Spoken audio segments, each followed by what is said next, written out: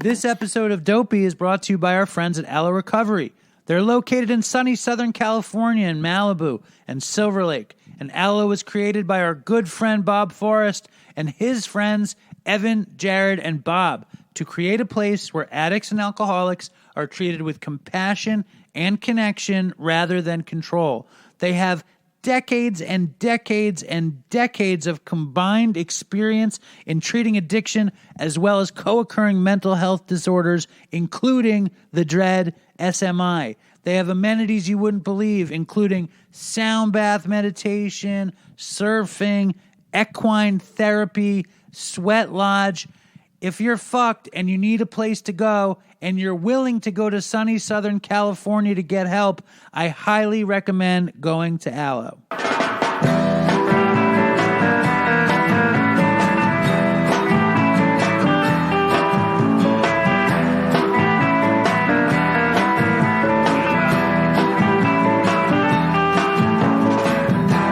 Hello and welcome to Dopey, the podcast on drugs, addiction, and dumb shit. My name is Dave, and this is the sort of a bonus episode in the middle of the week. I'm going to try to put these out as much as I can. This was from a Patreon episode last fall with just a New York City legend and a literary legend and a pop culture legend. His name is Larry Ratso Sloman. And if you're not contributing to Dopey Patreon and you love Dopey, please consider contributing because it really helps my ability to make more Dopey and put more Dopey in the world for you. It's at www.patreon.com/dopeypodcast. Throw down a few bucks and you can get more stuff like this. And this was just a joy for me. Again, it's Larry Ratso Sloman. He co-wrote Howard Stern's book, Private Parts. He co-wrote Miss America. He co-wrote the insane Dopey opus Scar Tissue by the Red Hot Chili Peppers, Anthony Kiedis. He was the editor-in-chief of High Times. He was on the road with Bob Dylan at Rolling Thunder. He is a legend of the counterculture world. I don't want to give too much away. Check it out. Here he is, Larry Ratso Sloman from my father's dining room on Dopey. It's quite a weird, surreal moment. New York City legend, rock and roll legend, literary legend, Larry Ratso Sloman is at my father's apartment. And you don't look that out of place here, I just have to say. Well, yeah, I felt that way coming up in the lobby. You're like except I didn't have a cane. Everybody else did. Right. But and for the audience, what the audience should know, because everybody says I don't do a good job of introducing my guests, so I'm just going to give a brief rundown on Larry Ratso Sloman. How can it be brief? Well, I'll give as long of a rundown as I can fathom coming up with. First of all, I met Larry where I met. Should I say Larry or Ratso? You can say whatever you want. See, I read an interview about you, and the name Ratso was given to Mr. Sloman by the great Joan Baez on Bob Dylan's Rolling Thunder tour, where she looked at Larry and said, what'd she say? She said, "Hey, it's Ratso." And what she meant was you. And I said, "You call me Ratso because I remind you of Dustin Hoffman, from the movie Midnight Cowboy."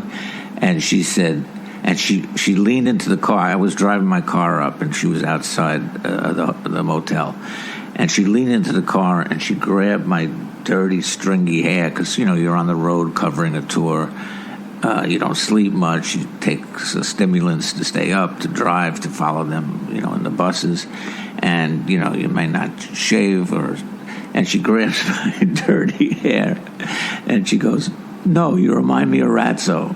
So that's how the name stuck, because it was a great device then to have this Ratso persona. It's very memorable, first of all, and second of all, when I finally wrote the book, On the Road with Bob Dylan, which is an account of the Rolling Thunder tour. So when I finally wrote the book, when she calls me Ratso, the book goes from first person to third person, and Ratso becomes his own character in this thing. And I've maintained Ratso ever since because, in some respects, Ratso is a caricature of who I am. So, whenever anybody has given me a nickname, I hate it. Like, if Joan Baez called me Ratso, I'd be like, fuck you, Joan Baez. Do you know what I mean? Like, did you have that feeling, or were you like, this is Joan Baez, I'll take Ratso? No, I didn't know. I mean, I embraced my inner Ratso. It was an opportunity to be Ratso. Yeah, and I would, far from me to make any judgments about the Ratso character, even in the movie. So, to me, it wasn't.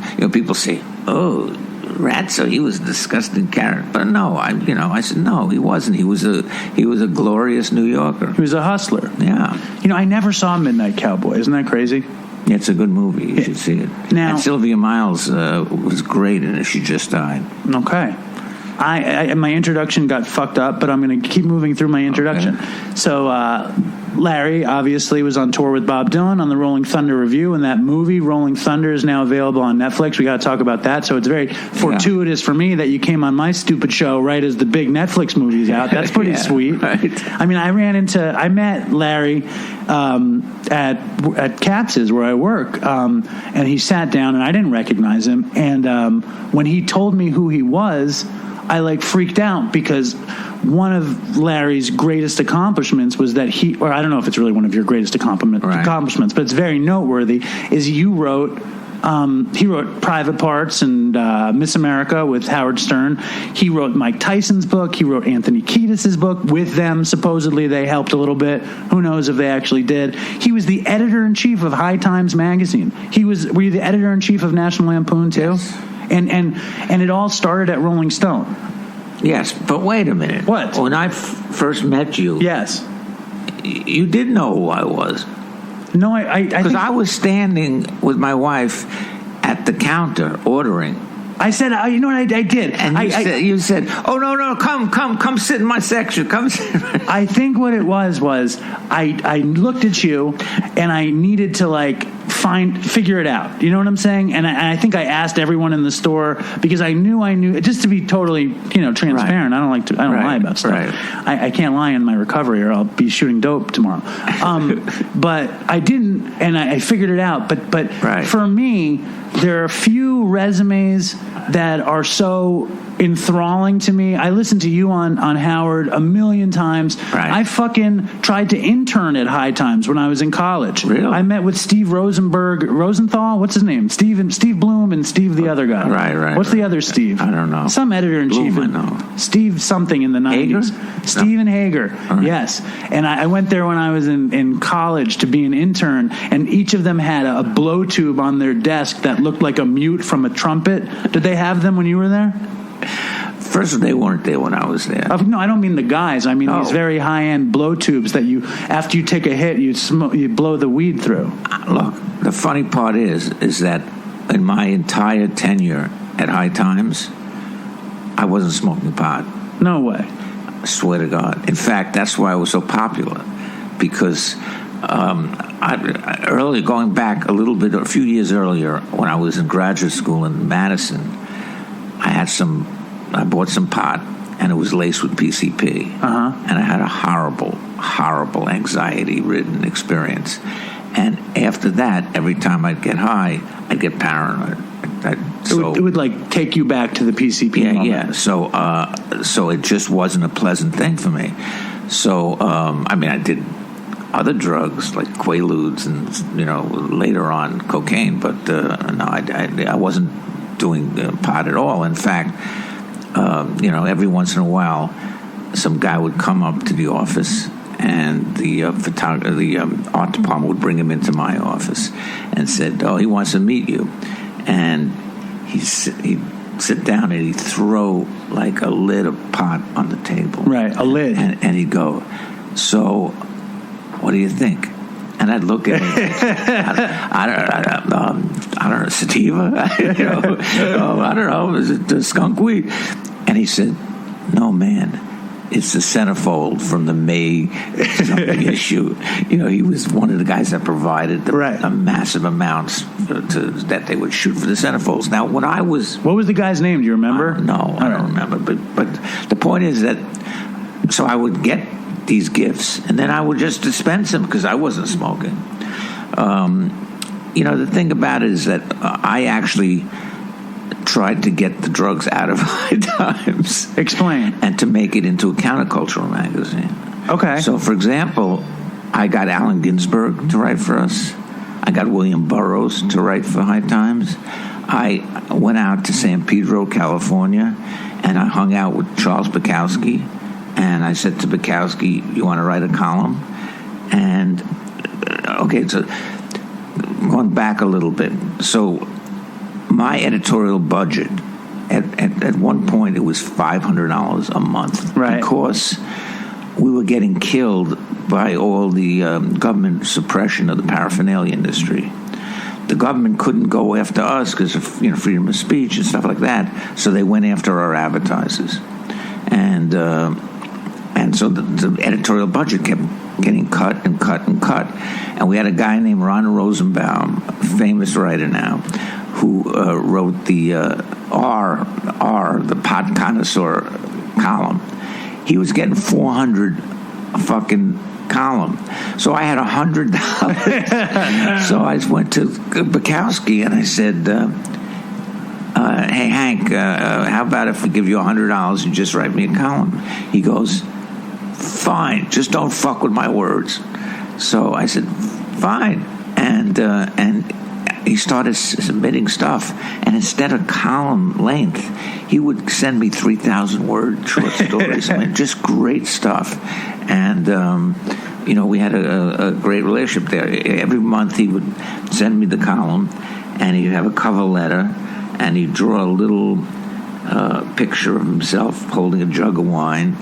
And, he would give me advice on women. It was just really funny. In fact, I recently sold all those letters to a big Bukowski collector. That's amazing. I know. That's amazing. You're talking about three of the biggest legends in countercultural writing and in American literature, basically. And you're also talking about three serious addicts.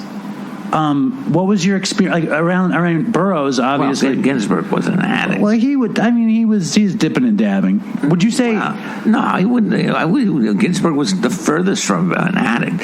Burroughs, I guess, You guessed Burroughs was an addict? Well, but I'm saying, Burroughs was an addict who was never had to do a street hustle or anything. So he was always able to get as long as he was getting his supply of smack, he was fine. How did you find yourself in those circles?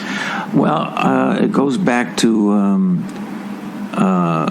before I even went to graduate school. When I was still I went to Queens College. My dad went there too. Really? And my uncles went there. When did you graduate?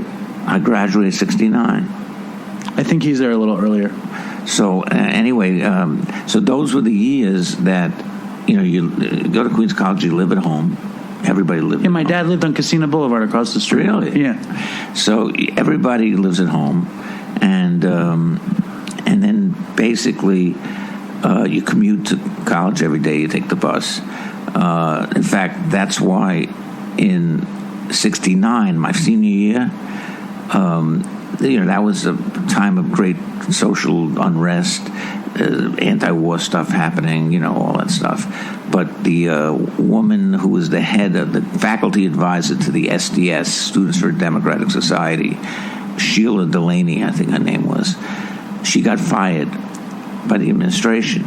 So we decided to protest, and by protesting, we took over the social science building and lived in the social science building for 5 months. Wow. Shut down the whole fucking year of school. It was amazing. And but one of the reasons people did it was because everybody was living at home. So, I mean, we wanted a place. You need a place to stay. Where we could shtup people. No, I mean, it was like, yeah. I mean, this was like our first real experience. And we just turned the social science building into a dorm. That's crazy. That could never happen. I mean, that could never happen now. But well, they arrested. They finally did come in and arrest people. Right. It was the same thing happened at Columbia. Right. A very famous incident. They broke heads. But like Queens College didn't have the same notoriety as Columbia University. No. But so anyway, going back maybe till maybe 67 is when I first started hanging out. Well, I'll go back a little further. The first time I ever even got the consciousness that, well, maybe I'm not going to go on this career track that my parents have me going on, which is, nice Jewish boy, grow up in Queens, move to the suburbs, get a wife, become a doctor or a lawyer or whatever. Right. The first time there was a crack in that facade was when I heard 1965, when I was walking down Bell Boulevard in Bayside, and I passed my favorite record store, and every week they'd have a listing of the top 10 records, singles. And I looked one week, and number 8 or something, it says, "Like a Rolling Stone, B. Dylan." And I said, who is this B. Dylan who's ripping off the Rolling Stones? Yeah. Because I was a big, when I was growing up, you were either a Beatle fan or a Rolling Stones fan.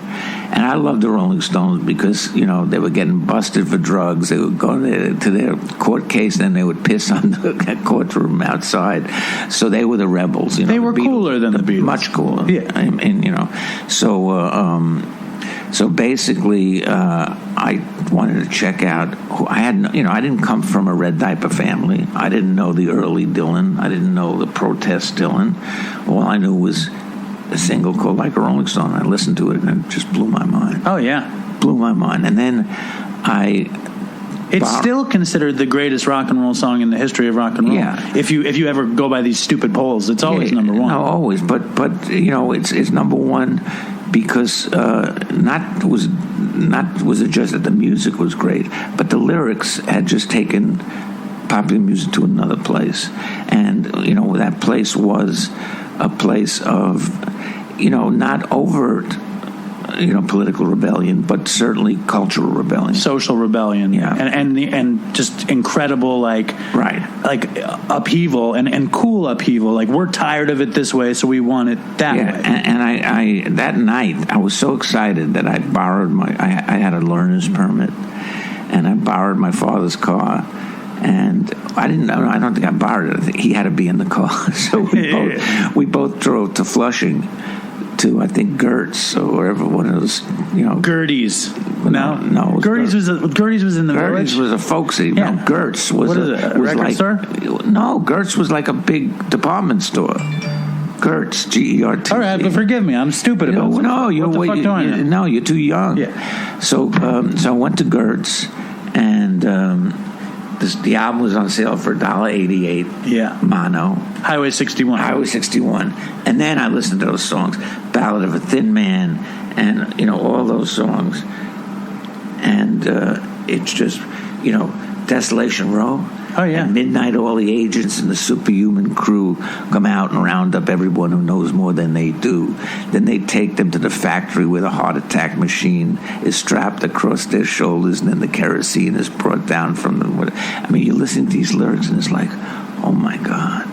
This is like, there's a whole other world out there. I remember the first time I heard it, I was driving to college, and when I heard "The sun's not yellow, it's chicken," it clicked. Right. That's when it clicked for me. But I hate to take you off this path, but we were going to find out how you were in Burroughs, Ginsberg, Bukowski's circle. How do we get there from Like a Rolling Stone? Well, because so immediately I start reading.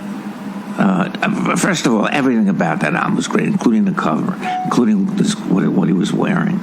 And I was reading he's so stylish, wearing that kind of op art California shirt with a Triumph motorcycle t-shirt. Yeah. So I started reading the liner notes, and the liner notes talks about this clothing store on West 4th Street, Paul Sargent. So I said, I got to go to Paul Sargent. So before this was like some fucking explosion in your brain. Yes. Amazing. Completely. Before this, I was my hero before Dylan was Andy Bathgate for the New York Rangers. Okay. Mickey Mantle before that. And you actually went to write a huge book on the New York Rangers too. So you got to really, really carouse with your heroes, which is pretty amazing. I know. I think about it too, and it's like, wait a minute. I got friendly with Bob Dylan, Leonard Cohen, Allen Ginsberg. It was like William Burroughs, Howard Stern. But we'll get there. I want to hear. So I started hanging out first in the West Village, but then when the action shifted to the East Village, and it was a way for me to get away, obviously, from my parents and from Bayside. So, but they were freaking out about it because I was growing my hair long. I was going to anti-war marches. My father was the kind of assimilationist Jew. Don't forget, this is not that far removed from the Holocaust. Mm-hmm. So, this is what... one generation out, basically. Yeah. But, this is the early 60s, and that was in the late 40s. So,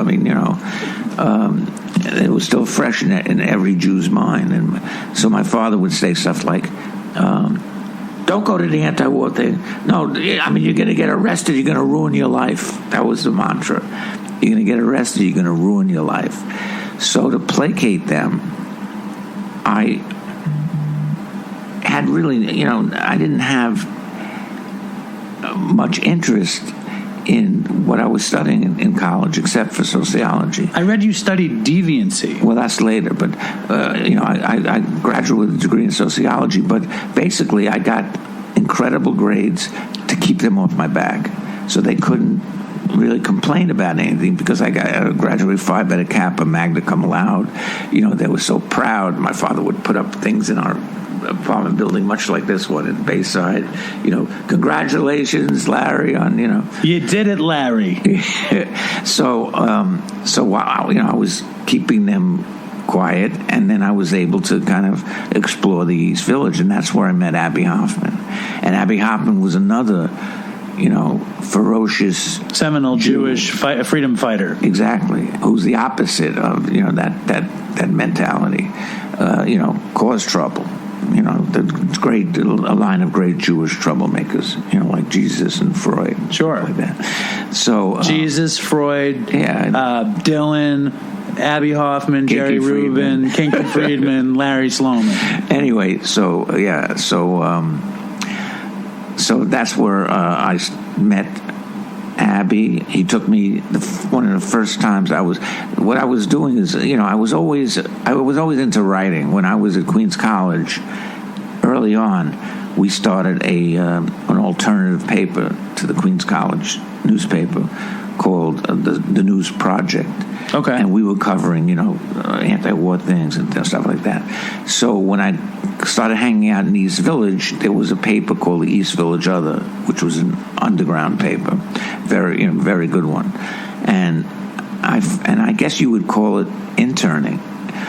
But I just was really hanging out in the offices as a young kid, and they would let me hang out there, and they would, eventually I wrote my first piece for the East Village Other and stuff like that. So that's how I met Abby. Comes up, and he goes, and there was nobody in the office. It was like, 11 in the morning or something.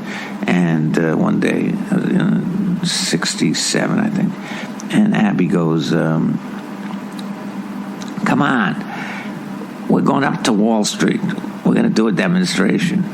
So there was a reporter there, and me. So the two of us went with Abby, and we get to the stock exchange, and I guess what I didn't know was that Abby had been planning this for a while. He'd gone to every counterculture merchant in the East Village, and that means the button store and the used clothing store and the psychedelic circus people, and he would put the arm on them for some money, and he would take all the cash donations and change it into dollar bills. And so when we got to the Wall Street Stock Exchange area, there was other people there who were part of this action, met Abby there, and we all started going up to the visitors gallery. Right away, this big guard stops us. It looks like, look at these freaks. What are they doing at Wall Street? Why are they coming to the visitors gallery?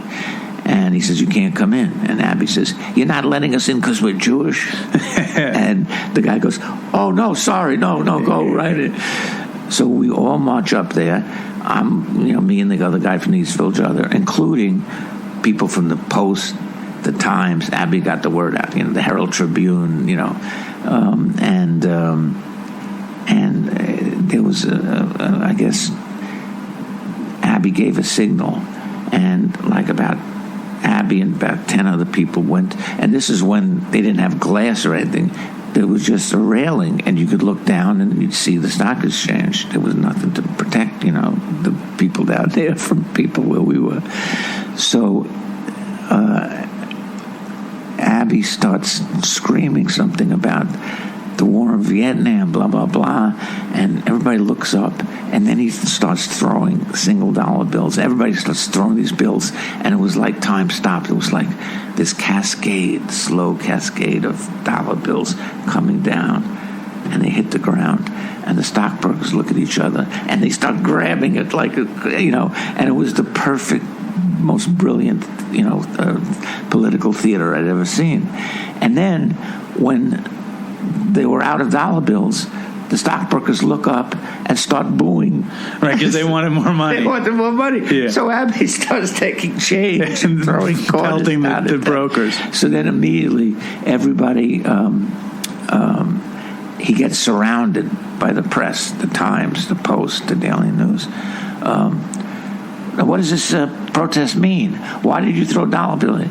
And Abby goes, I'm only talking to the underground press. And he comes over to me and the guy from Evo, and he starts explaining the action.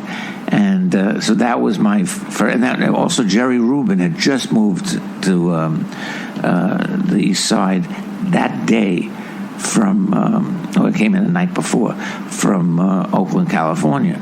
So this was Jerry's first exposure to what Abby was doing in the East Village. And afterwards, we went downstairs, and by then, all the film crews had come. CBS News, NBC News, all the local film crews. And they start, filming Abby and Jerry. There's a great photo of them holding up $5 bills on fire. Right. And they're talking about the thing. And then all of a sudden we hear sirens. And the police are coming, right? Abby goes, he turns to me and the guy from Evo, and he goes, come on, let's go. He immediately goes into the street, hails a cab, leaves everybody there. That's the classic Abby Hoffman, Jerry Rubin, right? And we go back to the East Village all the way. Abby's excited. I can't wait to see this on the evening news. Right. And that was it. I mean, so then that's through Abby I met Ginsberg, and that's how I met. Well, the craziest thing, it's like, let's say I wanted to meet somebody now. You know what I mean? But you can't even compare. But you're just some random kid in Queens.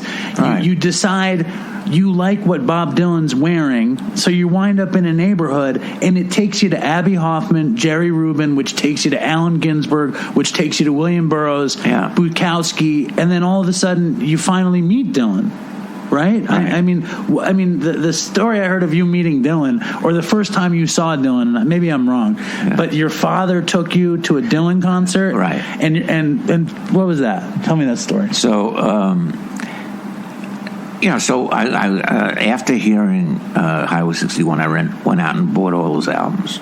So now I had the complete collection, and then in February of '66, he's going to start that tour that eventually he's going to go to England where he gets the Royal Albert Hall, and they call him Judas and all that he stuff. tours the first band toured with the band. Right. So I bought tickets to the show in White Plains Civic Center.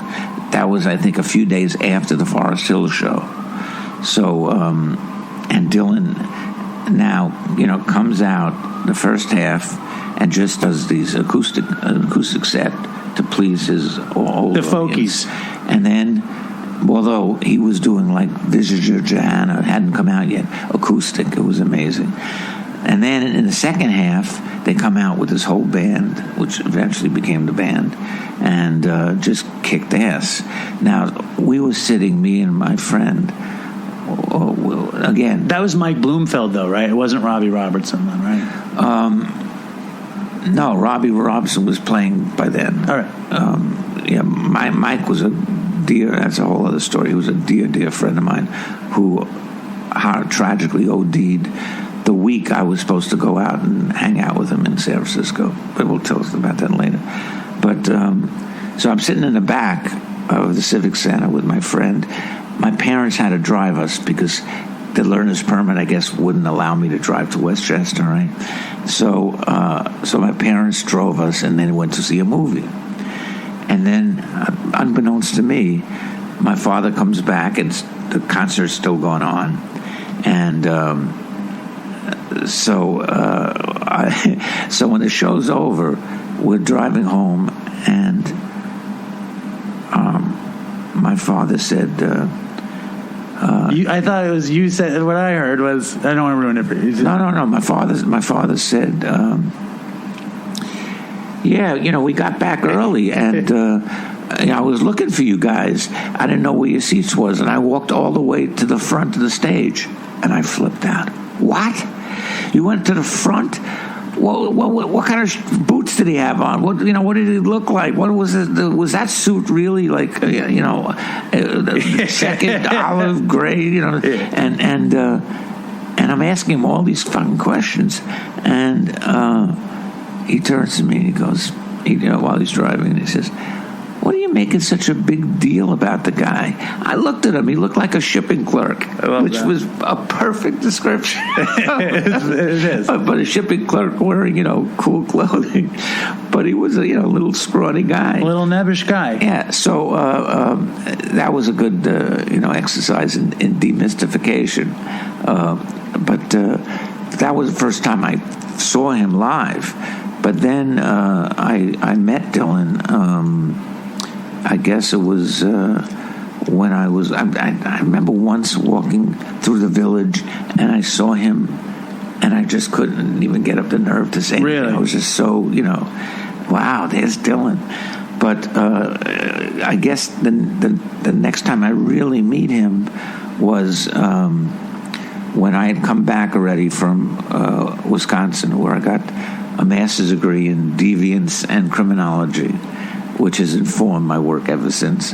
But so I get, and I started when I was out in Madison again. I wanted to write about music. So my first day on the campus, I went to the Daily Cardinal, the student newspaper, and I said, I'm in this doctoral program, and I have experience, journalism from undergraduate school at Queens College, and I'd like to be the music editor. And they said, sure. And I wanted to be the music editor, so immediately I sent out a letter to every record label, and I got free records for the rest of my time there. I had built up a collection of thousands of albums by the time I was out of Madison. So anyway, so I started writing, and there was this... every year they would have a summer stage in Milwaukee in this big, kind of outdoor festival. And, I went there because the day I went, the headliner was Sly Stone. Wow. And I had spent a year after graduating college. I had all these offers to go to graduate school because I had such great grades. But I turned them all down, and I joined VISTA, which was the Domestic Peace Corps. And I did that because I thought I still might be exposed to the draft because the war was still going on, even though I had a very high lottery number.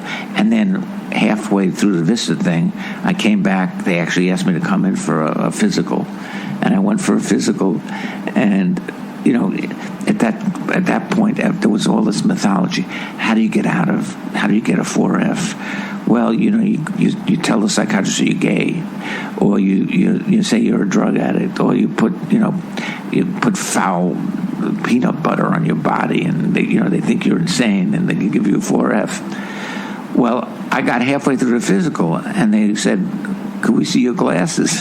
I took my glasses off, and I'm blind as a bat. I'm very myopic, and they look at my prescription, over -10 spherical, right? And they look at me and go, 4F. So I never had to go. But anyway, I went to Vista, and in Vista, we were in an experimental program. Supposedly we were working during the day with underprivileged black kids in the ghetto in Milwaukee. But really what we were doing that, but really what we were doing at night, we were organizing their mothers for Father Grappi, this radical Catholic priest, and welfare rights organizations. So we would literally organize the mothers, take them to meetings, have protests with the mothers. So pre-rock and roll, it was all social justice and change, 60s radical change. Yeah, but so my year of being in Vista exposed me to, the greatest of black music at that time. So I became enamored with Sly Stone. I thought he's my favorite. He really was. I mean, he's in that top 10 American bands in the history of the world, easily. Completely. It's a shame what happened there. You know what I mean? Once he was on this road to addiction, he never got off of it. And for my money, Fresh and There's a Riot Going On are the two greatest records ever. Right. If you guys have never heard them, you should listen to them. They're so good. Amazing. And once the 70s rolled in, his cocaine habit was so out of control, he couldn't put anything together. He did a really cool song with George Clinton. Did you ever hear that? Yes. You know what I'm talking about? Yeah, sure. Like a millimeter longer song that. Yeah. That was so good. Supposedly he's got all these songs, somewhere stashed. But he's fucking high on a trailer. He can't do an interview. He can't get it together. He's living in a trailer. What was and he's such a genius, such a player, such a writer, and this thing got him. You were around this moment in time where kind of social justice, radicalism, young people, cool, kind of all came together, and then somehow drugs derailed the whole thing. Well, yeah, and there's theories that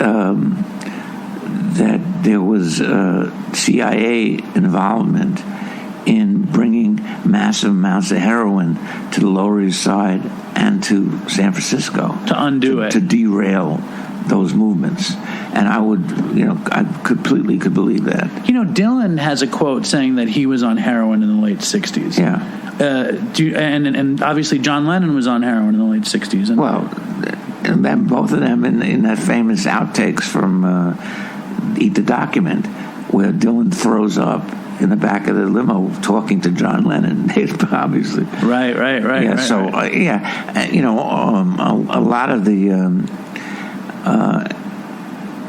I think a lot of the band too. Oh yeah, they were all fucking junkies, or at least Levon was a junkie. Richard Manuel was a junkie. Yeah. Rick and Rick Danko were junkies. Yeah, I don't know about Garth. No way. Garth wasn't, and Robbie Robertson obviously wasn't. Right. He swindled them all out of the songwriting. That's what they say. Well, I mean, it's it's pretty easy to trick a bunch of junkies. As you came up though, you managed to not become a junkie. No. And you I mean, when I watched that fucking Rolling Thunder, all I'm looking for is Dylan's eyes to be pinned, or drugs, or addiction, and you don't see it on him in that movie. They would. The only thing they had on that tour, there was a lot of cocaine. Right. Already that's 75. It's the beginning of the, cocaine era starting, and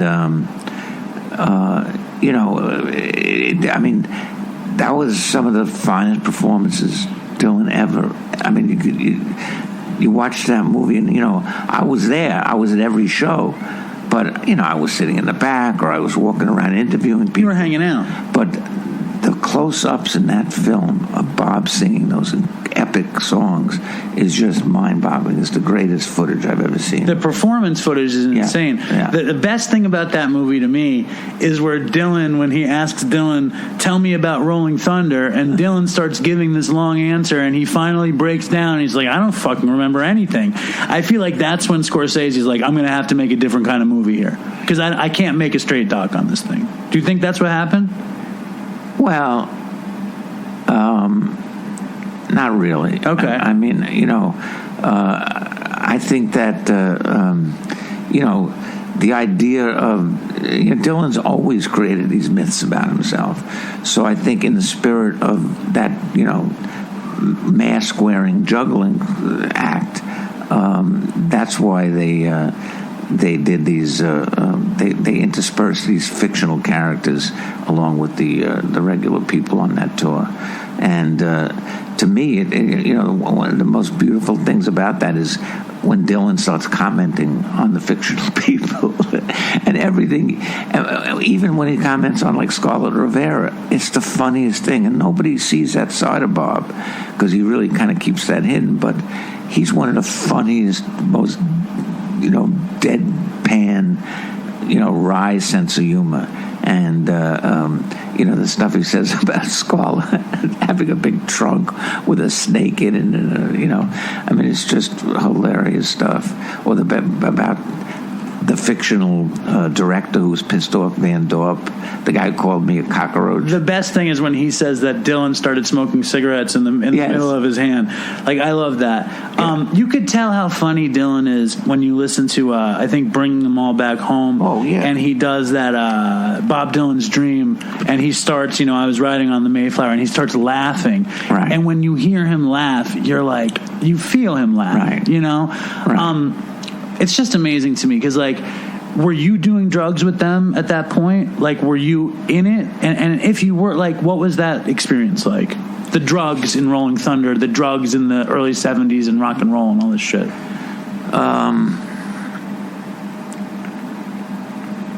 I was doing. I'm trying to. I don't remember. Good for you. I remember doing the drugs a little bit later with Kinky. Right.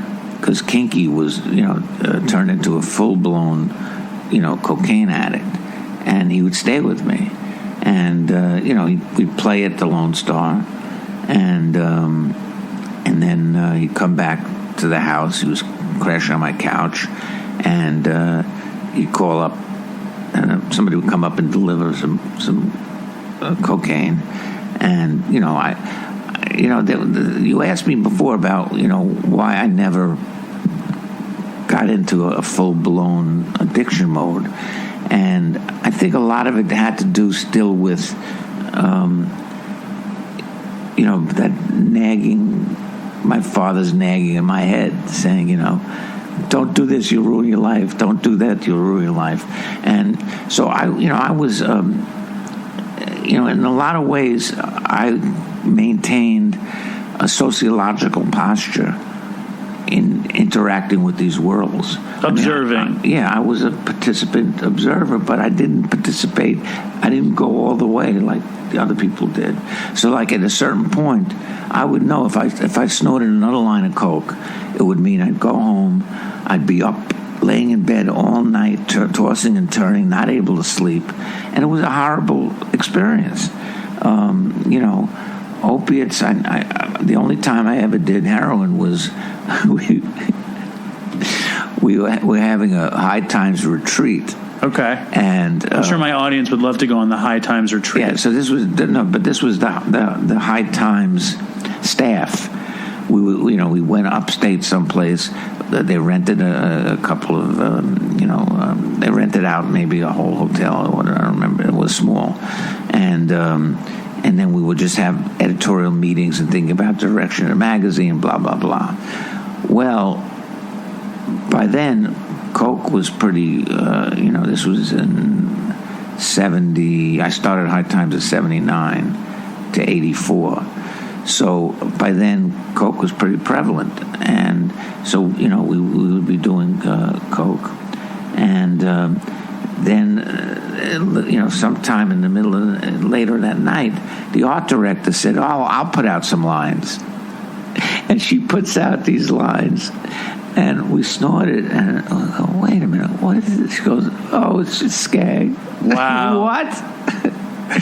So, yeah, that was my only experience doing heroin. And you were blowing heroin like you thought it was cocaine, and so what happened? I just felt a little weird. I got nauseous. I don't think I actually threw up, but doing it, realizing you were doing it, kind of setting, fucked up the whole experience for me, because then I was just completely paranoid. The first time I mean, if it was somebody who was just saying, "Hey, want to try some dope, whatever," try something, in my mind I had a different reaction. I remember around the same time, or maybe a little bit later, maybe 80. It's around the same time. I was going out with this girl, and she had opium. Mm-hmm. And so we would put little balls of opium, we'd put them in tea or something, and we'd drink them. And that was very pleasant. As opposed to blowing lines of skag on the High Times retreat. Yeah. I mean, that didn't, The first time I did heroin, I didn't know what to think of it, and I got sick, and I woke up, and I was like, I'm going to stick to weed from now on. But then years later, it took me. Well, the first time you did it snorting it? Or? Yeah. No, I snorted it for years before I ever shot it. Yeah, see, that's another thing. I mean, I would never, the idea of shooting up, never. Oh, I was the same way, though. Like, I never was going to happen to me.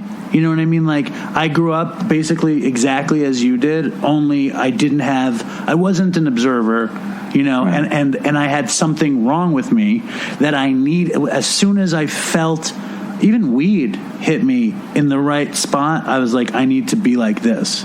You know what I mean? And I was like that for 20 years, and it turned into heroin addiction, pill addiction, all that stuff. Right. And, like one thing, when you talk about Bob Dylan, he traveled the country to meet Woody Guthrie to become who he wanted to be. When you talk about yourself, the same kind of thing. You saw something and you went for it to become that. And I longed for that kind of stuff. I read about all this stuff, and I felt that way.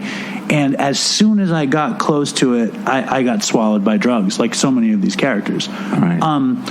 That's another thing. I mean, it was so many, like I said before, so many cautionary tales. I mean, I was supposed to go out and hang out with Bloomfield. Did you know him? Yeah. Oh, no. I knew him.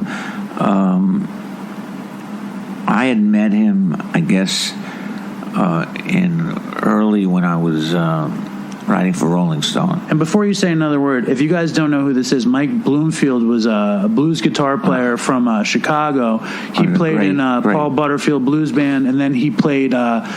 I love the Super Sessions record. Al Cooper. Yeah, and Steve Stills. And then Electric Flag. Yeah, I never listened to Electric Flag. Oh, it's some great stuff. Maybe I'll get into that. Oh, yeah. But this guy wound up playing on the Highway 61, and he was just like a Rolling Stone, unbelievable. Just such a guitar player. When you talk about guitar players, he had this power in his playing, this unbridled fucking tone, and he was a legend. And so, how did you wind up being friendly with him? I met him when I got back from graduate school, and I came back to New York, and I started writing for Rolling Stone. I never finished that story, but I'm sorry, I apologize. But the Sly Stone story, just to tie that up, Sly Stone headlining the show. I get there, he's supposed to go on, no Sly. An hour later, no Sly. An hour and a half later, no Sly. Finally, he comes on stage, does 2 numbers, walks off stage, and they announce, and that's the end of the concert. Well, New York, people probably boo, and leave. Midwest, I learned early on, they're fucking crazy, the kids in the Midwest. When I was in Milwaukee, at the year before, and I was attending an anti-war march through the campus of University of Wisconsin-Milwaukee. We went by the library, and they had these affinity group leaders, who would be leading the march, and they had whistles and stuff.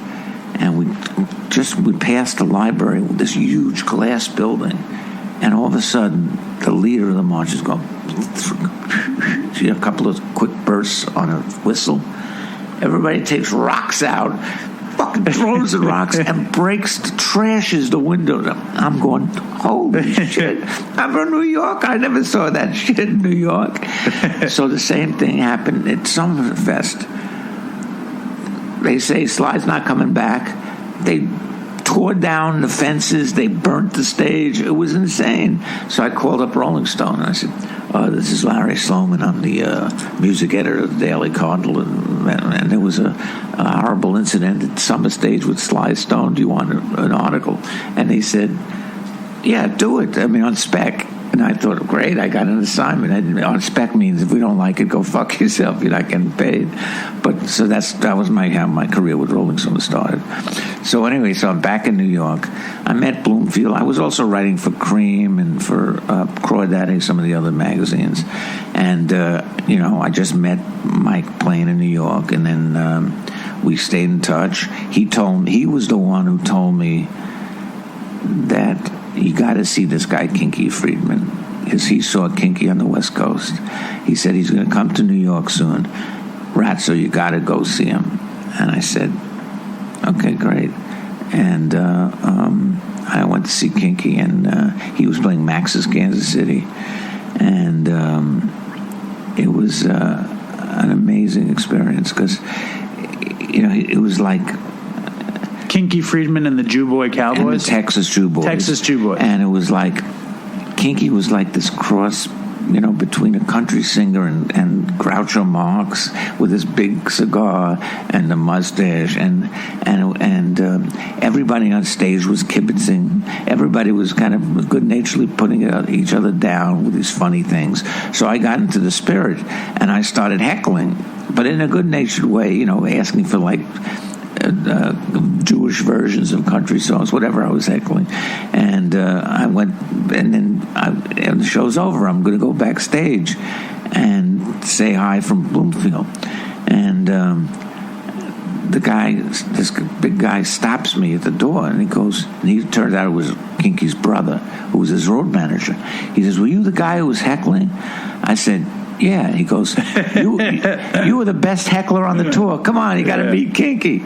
And that's how we became very close, Kinky and I. But why was I telling you? You were telling me how you met Bloomfield. Oh, no, so Bloomfield, the thing about Michael is that, yeah, he did heroin a lot. I didn't, I was he an addict? See, this is interesting thing to me though, because I don't know, where I'm from or where I live now, it's like listen, I'm not going to say Mike Bloomfield was an addict, and I'm not going to say Allen Ginsberg was an addict, but everything I ever read about Ginsberg after 1966, he's like doing coke or drinking or taking acid or bugging out someplace. Ginsberg? No. Why did I have that idea? I don't know. I mean, he liked pot. He was a stoner. But he was also the head of the Normal. Early version of Lima. Right. Legalized marijuana. But no, Alan didn't. I've never seen Alan drink. Maybe I just misread it. Maybe as a kid reading stories about these fanciful sort of heroes, you get an idea. There's a bunch of psychedelic stories and him partying, whatever. And with Mike Bloomfield, when he turns up dead and he gets painted as an addict, but obviously I didn't know any of these. Well, this is the thing about Michael. He had a horrible case of insomnia, so all of his drug taking, I think, was a way to kind of self-medicate so he'd be able to sleep. So, for example, he stayed at my house a few times on the same legendary couch that Kinky would crash on. Do you still have this couch? No. Okay. In fact, Imus used to make fun on the air about the couch, saying, "Oh, that's the couch that Kinky left the skid marks on."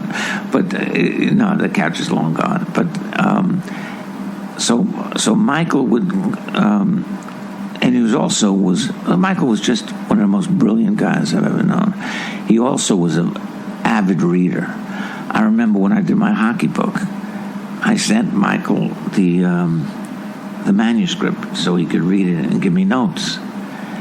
Now, you'd think, a world-class guitar player like that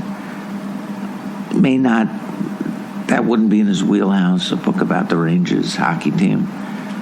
He sends me back these detailed notes with things like, I like what you do in this section, but I think you should read the memoir by the physical therapist of the Portland Trailblazers. Wow, he just knew. He just had read every book on sport, anything. So, it was, and he was reading all this because he couldn't fucking sleep. Right. So whenever he'd stay at my house, the thing was, he's ready to go to sleep. He'd go down to the corner store, M&O, and he would buy a 6-pack of tall cans of Colt 45, and he would sit there reading, drinking one after another, till he finally was woozy enough to fall asleep.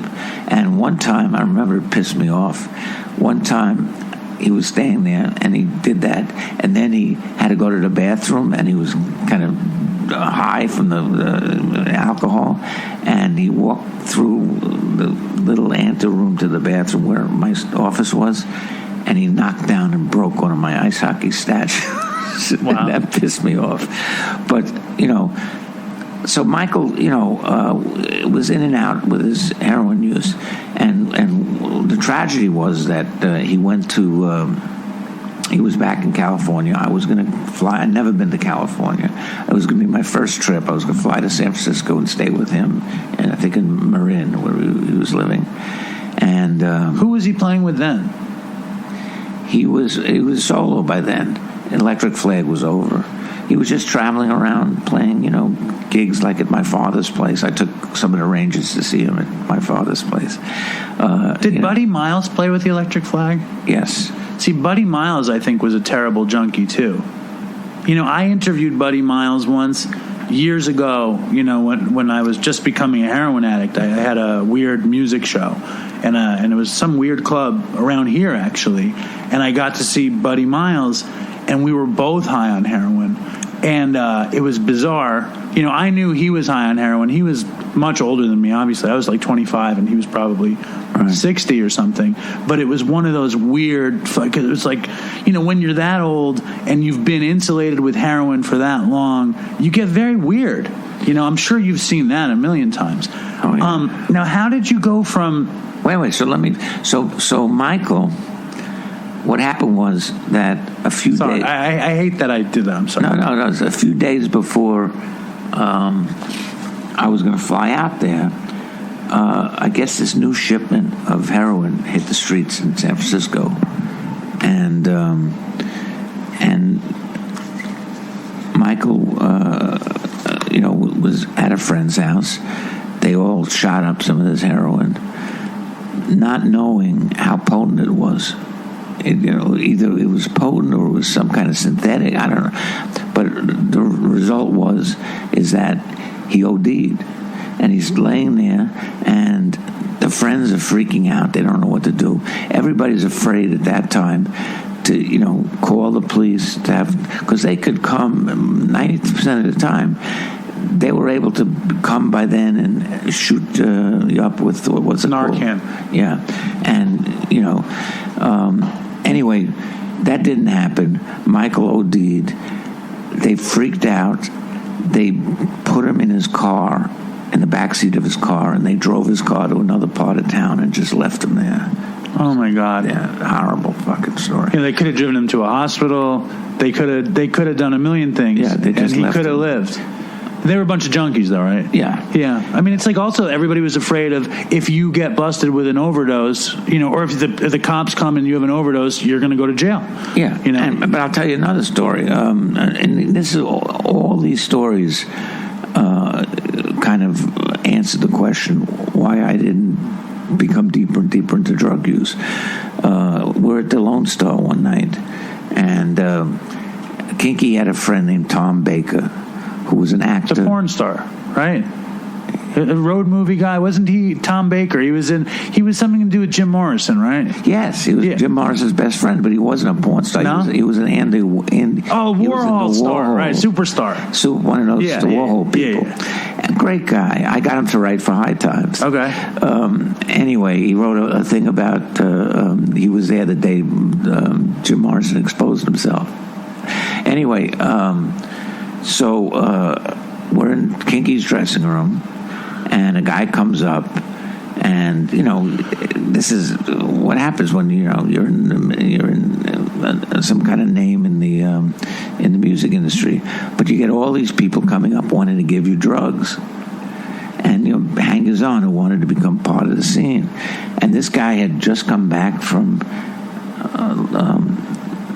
the Thailand or Laos, I don't know where, somewhere in Southeast Asia, and he said, "Hey, I got some good stuff. You want to try some?" And we knew he was talking about heroin, so Kinky didn't try it, and I didn't try it, but Baker was really into it. So Baker goes with him into the bathroom, and then they come out. And a little bit later, the guy leaves. Baker goes into his pocket and shows me. The guy was so stoned, he dropped the envelope of heroin on the floor. And Baker he said, look what I got. Okay, again, this is, they didn't know how strong it was. This was uncut right from the source. So Baker goes home. Kinky comes back to my house. Baker is crashing with a friend of his who was an acting teacher at, I think, School of Visual Arts or something like that. And he had a loft on 14th Street. And Kinky and I, we get back. Kinky probably does blow. Probably starts 4 o'clock in the morning calling other people to see if they could deliver more.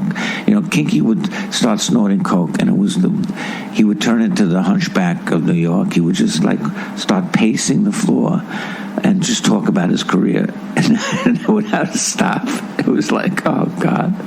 Anyway, so we go to sleep really late, and through my sleep, I kind of hear the phone ring, and I hear somebody leaving a message on the answering machine, but I'm out. Kinky's out. We wake up, maybe it's 11 o'clock or something, and I play back the machine, and it's this guy on 14th Street freaking out. I don't know what to do. Baker is not responsible. He's laying, and ironically enough, Baker died on the stage. This guy had a makeshift stage in his loft on 14th Street, so Baker was crashing on the stage, and he OD'd on the stage. And he died. And that was the day after, when he showed you the bag that the deal that his friend had dropped, or whatever. That night. Oh my God. And again, this guy, this guy didn't do drugs. He was a teacher at SVA, and he just didn't. He was afraid to call the police. And that's why Baker died. So, all those horrible experiences, plus my father's, incessant guidance, nagging in my head, right. Always mitigated against, me, taking that much. I would buy, back in the 80s, I would buy a gram of cocaine. It would last me a month. Right. I would do little Jew lines. Seriously, I would do one line to wake up, and then do maybe one line before I went to. It was crazy. You used it maybe the way it was supposed to be used. You know what I mean? As a stimulant when you needed to. Yeah. To help you write, to help you work. That was the idea, I think. How did you go from all of this crazy art, debauchery, rock and roll to Howard Stern? Okay, so because Howard is, I love all the shit you're talking about. that shit like fed my whole coming up. When I started listening to Howard, though, it was like family. You know what I mean? When I heard him through the radio, Right. I thought, because like Howard was like, he's younger than my father, and obviously he's nothing like my father. But I heard something in there that reminded me of some like patronage, like that I was connected to this man. Right. Sure, I'm a Jew from New York, and so is he, and he's funny and stuff. But there's something about how he speaks that was just so magnetic to me. Well, don't forget, I mean, it's also the medium. I mean, radio is a very intimate, process. I mean, I literally, I didn't like getting up early to listen to Howard, but sometimes I'd set my alarm clock right by my bed, and my wife is bitching about it because I would, the alarm clock would go off at 6 a.m. and I would lay there in bed, drifting in and out of consciousness, listening to Howard. Right. I mean, people, would drive to work with him. But what it was for me is when I came up, I went to high school on the Upper East Side, and I thought I was way too smart for the sleaze of Howard Stern. You know what I mean? When I was a kid. Right. And then I got a job as a production assistant, and every morning at 5:30 in the morning, I'd have to get the van Right. and pick up the sound guy. And when the Right. sound guy would get in, he'd start rolling joints and put on the Stern show. So I'd be trapped in a car smoking joints with the sound guy, listening to Stern, Right. and it was like not my choice. Right. But being stuck won with you it, over. he won me over. Exactly. Well, so by then, let's see, I had written On the Road Bob Dylan, the first book about the Rolling Thunder Tour. Then I had written a book called Reefer Madness. Yes. The History of Marijuana in America. By the way, besides the Netflix documentary, the Scorsese documentary you're talking about, I'm also one of the stars of Fab Five Freddy's marijuana documentary called Grass is Greener. I didn't get to see it yet. Where I get to declaim about Anslinger, who was the head of the Bureau of Narcotics, and how he set the tone for the racist administration of the marijuana laws, thanks to this creep Anslinger. Well, the irony is that you didn't even smoke weed. No. So you were like Mr. Marijuana, editor-in-chief of Rolling Stone, Right. author of Reefer Madness, and you weren't even getting high. Right. Why did you write Reefer Madness then, before you even get into Howard? Well, I wrote Reefer Madness because Thule Kupferberg from the Fugs was approached by Bob's Merrill, the publisher, saying, would you want to write a book about marijuana and the history of marijuana? And Thule said no, and he said to me, you want to write it? And now, don't forget, I mean, it's a gig. But not only is it a gig, no, but it's right up. I have a master's degree in deviance and criminology. It's perfect. I'm a sociologist. It's perfect for me. And so I wrote a pop sociology look at the, I did a tremendous amount of research. In fact, I almost got arrested in the DEA's offices. How? So the DEA has a library, and they had all the files of the Bureau of Narcotics, which was this predecessor agency. And the librarians were these great old women. I mean, classic great librarians who just care about, the subject matter, care about all the, their collection, stuff like that. They're invested. So they were very excited to have me doing research there, on the history of marijuana in America. So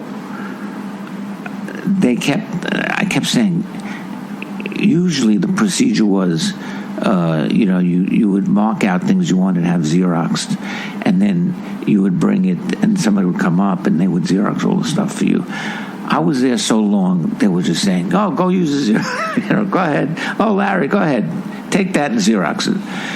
So I was Xeroxing at the Xerox machine one day, and this crew cut guy comes in, and he was obviously a field agent for the DEA, and he looks at me with my long hair, and very quizzically, and I said, "Oh, no, go ahead. You want to?" And I took my material out, and then he starts Xeroxing, and he takes his papers, and I guess I left one paper in the thing, and next thing I know is at the end of the day, a DEA security guard comes up to the library and speaks to the librarian and starts pointing to me, and they come over to my desk, and they said, why are you Xeroxing this stuff? And I said, I'm doing a book for Bob's Merrill on the history of marijuana, and the librarians are going, Mr. Sloman is an accredited researcher, and they came to my defense, and so then afterwards, after that night, all I had to do was I had to show them the materials I had Xeroxed on the way out, and then they let me out and do it, but. So I was interested in the subject. I mean, to me, it was a fascinating subject. I mean, I'm amazed that it's taken this long for decriminalization. Well, I mean, first decriminalization, then the medical use of marijuana. They knew back in the 40s, the LaGuardia report in New York, which was a stinging rebuke of Anslinger. They're all saying, there's tremendous potential. Look, smoking marijuana doesn't lead you to becoming a heroin addict. Which, by the way, Anslinger, whenever it benefited him in terms of funding, he would either say smoking marijuana leads to heroin, or then later he would say, well, heroin use isn't started by marijuana. So he was just a bureaucrat who was like J. Edgar Hoover, who just wanted to keep his hegemony over this Department of Narcotics. But I was just interested in really chronicling something that, drug use is considered deviant behavior. So it's really in my ballywhack. And you're a great champion of weed as a non-smoker of it. Well, I mean, I always thought that, it should be decriminalized. Can you imagine what legal weed in Manhattan would look like, though? I don't think it'll be any different. You don't think so? Weed in California. You don't think? Imagine it's pretty much legal now. I mean, how what's the difference? I mean, I do think that. You don't think it'll look different in the street if they're selling weed in the store here? Well, what do you mean look different? I just mean, I see it as like Fritz the Cat all of a sudden. Like, everybody's going to be stoned in the streets, And I mean, like, lots of people are stoned in the streets anyway, but not everybody. Right.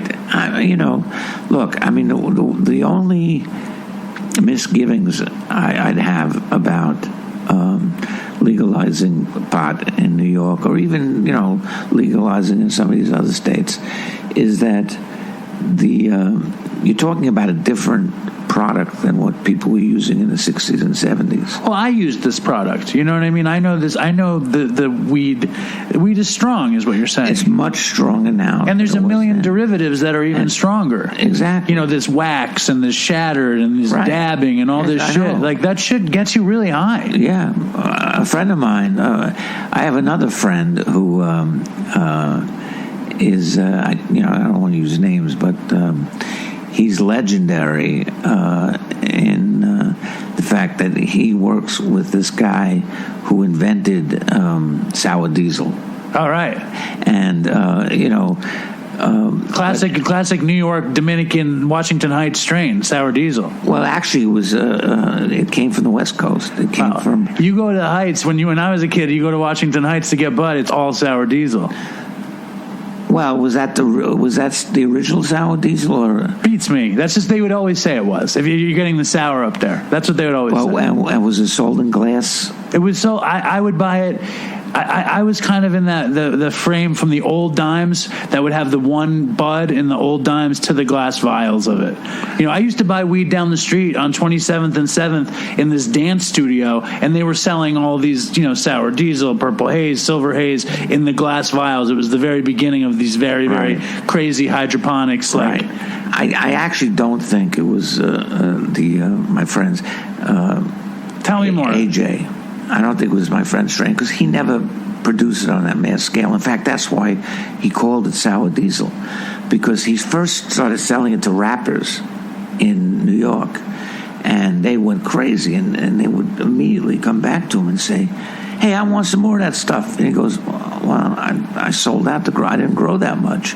They'd get a sour look on their face, so he called it Sour Diesel. Wow. And his name was AJ. And I said, why did they call you AJ? He says, because they were so pissed off at me, they would call me, his name is Joe, they would call me, you're an asshole, Joe. So that's what AJ. Asshole Joe, because he ran out of the sour. Yeah. That's funny. So I remember when I was working with the second book with Mike Tyson, and we were at Tyson's mother-in-law's house in Nevada. And weed had been medical marijuana was legal in Nevada. So we had a vial, and it was, from the dispensary, and it said Sour Diesel. And I said, Asshole Joe. Mike, you're not smoking Sour Diesel. I know the guy who grows Sour Diesel, and this is not Sour Diesel. And Mike turns to me, he says, you know the guy? I said, yeah. He goes, hook me up, bro. Did you hook him up? Yeah, but they were going to get together, but it never happened because he's still in. But now Mike's, got his own strain, his own weed farm in California. They're making it into a bed and breakfast type situation where people can go there and pick out, their own strain and blah blah blah. And he still smokes weed, Mike Tyson. Oh yeah. Well, I mean, this before we might have to circumvent Howard because we have to get to some addicty stuff here because you wrote Mike Tyson's book and he was an alleged cocaine addict, correct? Yeah. And he was a coke addict, right? He was whatever. He did everything, and starting from a really young age. How did you get roped into that one? Roped in? How did Mike Tyson come into you? I reached out to him. You sought him out. You were like, what was the thing about it? After the Howard books, and to make it quick. I don't want to skip Howard. How did you get to Howard's my favorite? How'd you skip Howard? So, but I mean, I'd written on the road Bob Dylan, Reefer Madness, A Season and of Hell. Thin Ice, yeah, the hockey book, and I was working on the Abby Hoffman book, but I'd just gotten back from Luxembourg, where I shot a movie that my friend directed, and I played a cynical alcoholic journalist, which was a stretch. It's a stretch, right? But I was able to pull it off. So we got back, and he said, let's write a movie together. By the way, this was in like 91, 92. That movie just came out this year that I wrote the screenplay. What is it? It was called, originally it was called The New York Minute. But when we got the funding, they said, could you change it to L.A.? So we said, okay, no problem. We just changed, all the restaurants to L.A. restaurants. And we changed the protagonist, instead of living in Westchester, Bedford Hills, he was living in Malibu. So wow. Now it's an L.A. Minute. And the thing stood up over time. I mean, it's kind of a satire on fame and all that stuff.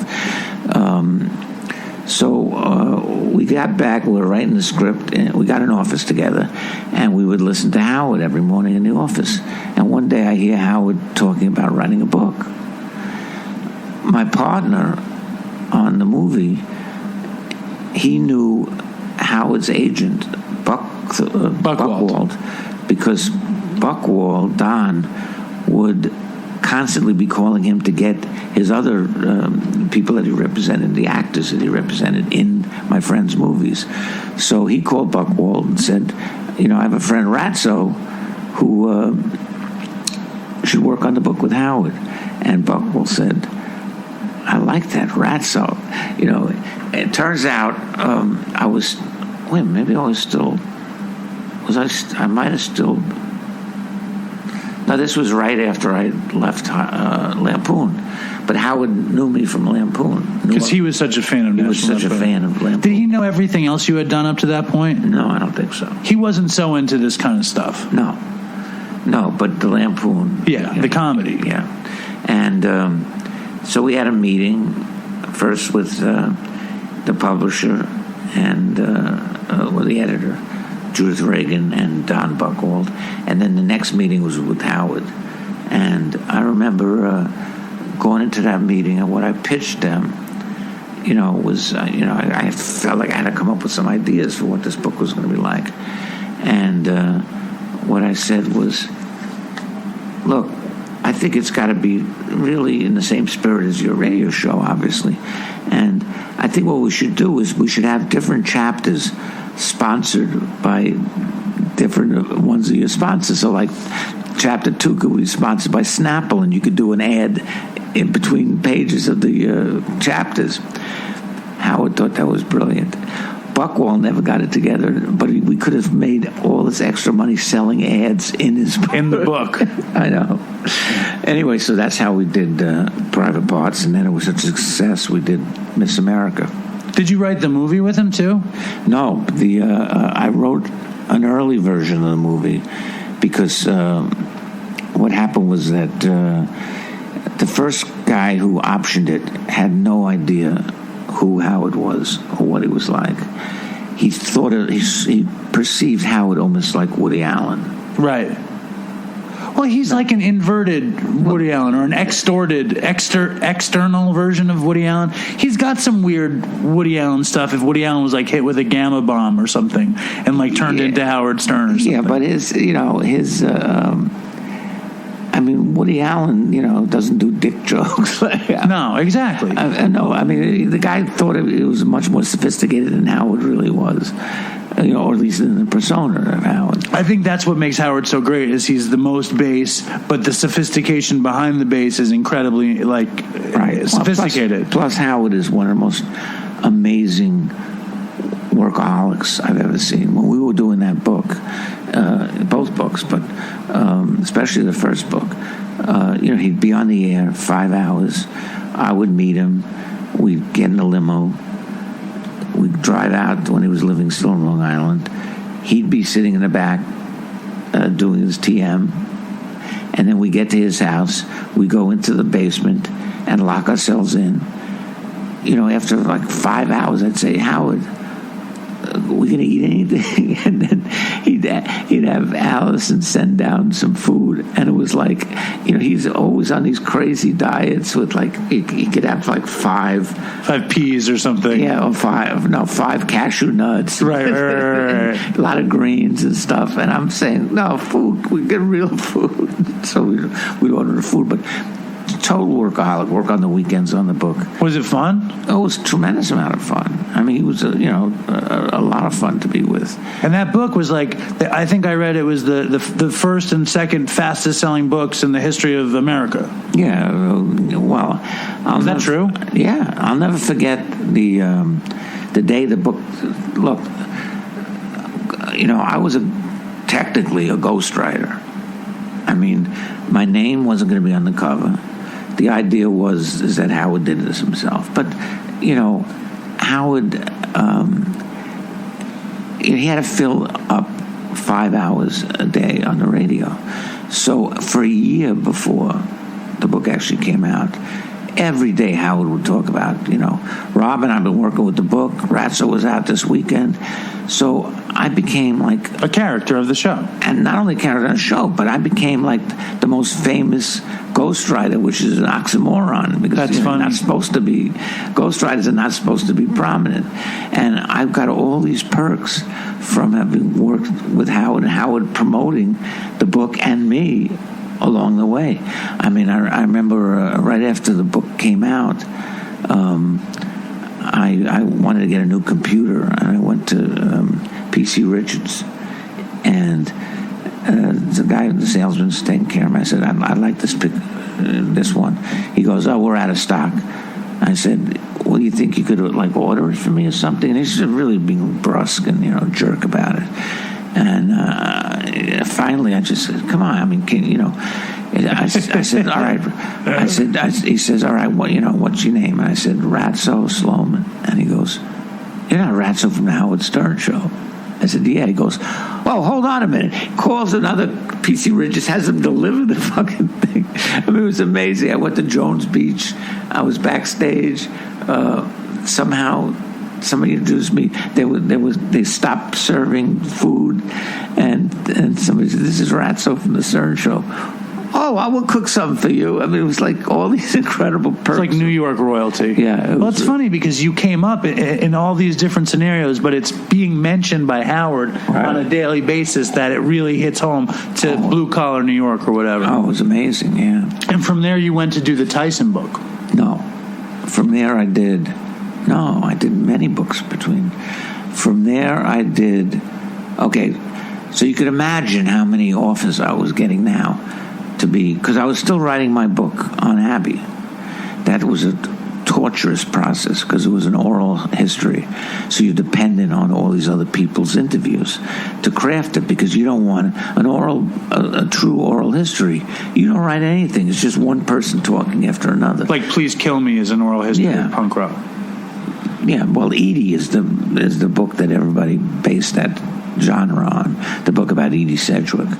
So anyway, it's incredibly hard to do. So I was getting all these offers after the second Howard book to work with this guy, work with that guy. Nobody I was interested. Because you have to be interested to get so close to the subject. Of course. And I've never, knock on wood, I've never been in a position where I had to do something that I didn't want to do. Except for maybe this interview. Well, no, I'm doing this. I'm frankly doing this because of that great swag that you have that you're going to give me. Oh, the Oy Vey hat? Oh, the Oy Vey hat, which my dog was a huge hit. Whenever I wore that, people flipped out. But my dog chewed that up. And now you said you have... the Oy Vey hoodie is missing, but I will get it What made. do you mean it's missing? I don't know. I came home with a bag of Oy Vey stuff, and I don't have it anymore. What size are you? Extra, extra large. Oh, I didn't even have one. But listen, Oy Vey hat is right... Oy Vey hat is here. All right, good. Oy Vey hat. All right. You want a second one for your Sure. double duty? Sure. Hoodie will get made. What color would you like? It'll be special order. What color did you have it in? I had them in black, but I'm thinking about making them in green. You want black? Green. Why green? I think it look cool. I'll do black again. I don't care. Double X black. Done. And it's just the same thing as this, right? Yeah, just exactly like Brilliant. this. Thank you. So you did it for the hat. Yeah. But has it been the time of your life anyway? It's fun. All right. Anyway, back to these. I Are you want to still working at Katz's? Yeah. Every time I go in there, I ask for you, and they say, "Oh." I have this new job where I do strategic partnerships, and I'm trying to do less and less waiter service as possible. Right. I'm getting close to being done with waiter service. What is a strategic partnership? We're doing a hot dog stand at the Museum of Sex that I created. Next week we're going to do a pop-up cafeteria at the Metropolitan Museum of Art. I'm working on all these kind of highfalutin ideas to put Katz's in because Katz's is so fun and good. That's what I've been doing. Oh, so you're going to be selling Katz's hot dogs at the Museum of Sex? Yeah, it's going to be. Dude, the thing it's that they're doing a carnival called Super Happy Funland, and they didn't know what they wanted to do. They said they wanted to do like knishes that were shaped like vaginas. I was like, just relax. The working parts of a vagina knish are too hard for us to manufacture. But why not just do a hot dog stand? And it's going to say choose your girth, and it's going to be a hot dog, a special like a knockwurst, right. and then a knubbleworst for the big fatty. And then it's going to be in the Museum of Sex. That's great. If it happens, knock on wood. Do you know we did we had the Al Goldstein Memorial at the Museum of Sex. He was a Cats guy. Huh? He was a Cats guy. We have him on the wall. I had dinner with him many, many times. I was Al's healthcare proxy. I love the thing you wrote about him. Yeah. The mystical nature of the New York City Jew. Yeah. It was a beautiful, beautiful write-up. Yeah. Well, what we did. So for the memorial, I got, Penn was very close to him. Penn paid his rent for years until he had to go into a nursing home. So Penn sent in a tape. Ron Jeremy sent in a tape from L.A., and we had all these speakers at his memorial, and to serve the people who came, Al's favorite of everything was White Castle hamburgers. I once caught him. Al was an amazing glutton. I mean, he just couldn't. He was an addict. A food addict, probably a sex addict. Well, definitely a food addict. And the sex part of it was mostly oral sex, so you're right. So it definitely was a food thing. But Al would... Al's staff, like, for example, when they had their offices on 14th Street, Al's staff would pay all of the food people on that street, like the corner donut place, they'd pay them off not to let Al buy anything from them. Al would try to get donuts, and they said, we can't sell it to you, because they had been paid off not to sell him the donuts. Anyway, so... to keep him alive, basically. I once took Al to Big Wong, our favorite restaurant, me and Kinky's favorite. In fact, a lot of the Kinky novels, Kinky started writing mystery novels, where Kinky is Sherlock Holmes, a country western singer turned detective, and Ratso is Dr. Watson. And there's a whole bunch of these things where we set, Kinky our meeting to talk about who was the murderer or whatever. We set it in Big Wong, and I would get calls from people all over the world when they came to New York. Ratso, you the Ratso from the the Kinky Friedman books. Could you take us to Big Wong and things like that? Because Big Wong, became famous through this. So I took Al to Big Wong, and they have the best, roast pork. They have the best spare ribs, and Al flipped out. And unbeknownst to me, he went for the next 30 days straight to Big Wong and just gorged himself until the staff finally had to send him to a fat farm on Long Island. Wow. He was just, that was Al. So one time, it was like one of these times when they were trying to put the screws to him. And I played ice hockey for years. That's why I was a big fan of hockey. I played hockey for 35 years. And we played in Queens at this point. And it was like, we finished, we'd play odd hours, so we would finish like 2 a.m. And on our way back to the city, we'd stop at White Castle. And one night was driving there, and I see this big limo parked outside White Castle at 2 a.m. and on Queens Boulevard. I said, who the fuck is that? We walk in. There's Al and his chauffeur in line to get to White Castles. And I said, Al. And he goes, shh, Ratso. Don't tell anybody you caught me here. He was amazing. Took the car, yeah. So, I want to talk about, you got drawn. I mean, one thing. Oh no! So anyway, just to finish the story, we honored Al at his memorial by buying 1,000 White Castle cheeseburgers, and we put them down on a table, and people were eating them. And the last person to give his little remembrance and eulogy for Al was Gilbert Gottfried. Now Gilbert. I brought Gilbert. Al used to have these brunches on Sundays, and it was the kind of thing where he had such a wide variety of friends. I mean, so I'd be invited because I got friendly with him when I was at High Times. I interviewed him for High Times, and he loved it. So I'd be there. The psychologist who wrote David and Lisa was there. The guy who owned the First Avenue Deli was there. Second Avenue Deli, all these disparate, Michael Baden, the coroner of New York, was at these things. So I brought Gilbert to a couple of these things. And Gilbert, Gilbert is a world-class schnorrer. So Gilbert was so thrilled to be coming and getting free food at these brunches that Gilbert would classic move. The waiter would give us the brunch menus, and Gilbert they'd come around and they'd go, all right, so what are you having? I'd say, the omelet. And what are you having? And Gilbert goes, I can't decide whether I want the first this thing or this thing. And Al, of course, would say, order them both. So Gilbert would order 3 fucking take them home, bro. I'd take 2 home and eat 1 there. The classic, you want to hear a fucked up story? Gilbert Gottfried was hired to do the Katz's 125th anniversary celebration, and we set up the restaurant like it's a nightclub or something, lights, and it's dark, and there's a podium, and the owners speak, and Gilbert comes up and he says Katz's is responsible for more Jewish deaths than the Holocaust, and I think one of the greatest. I don't think they paid him. I think they gave him a half-price card for life at Katz's.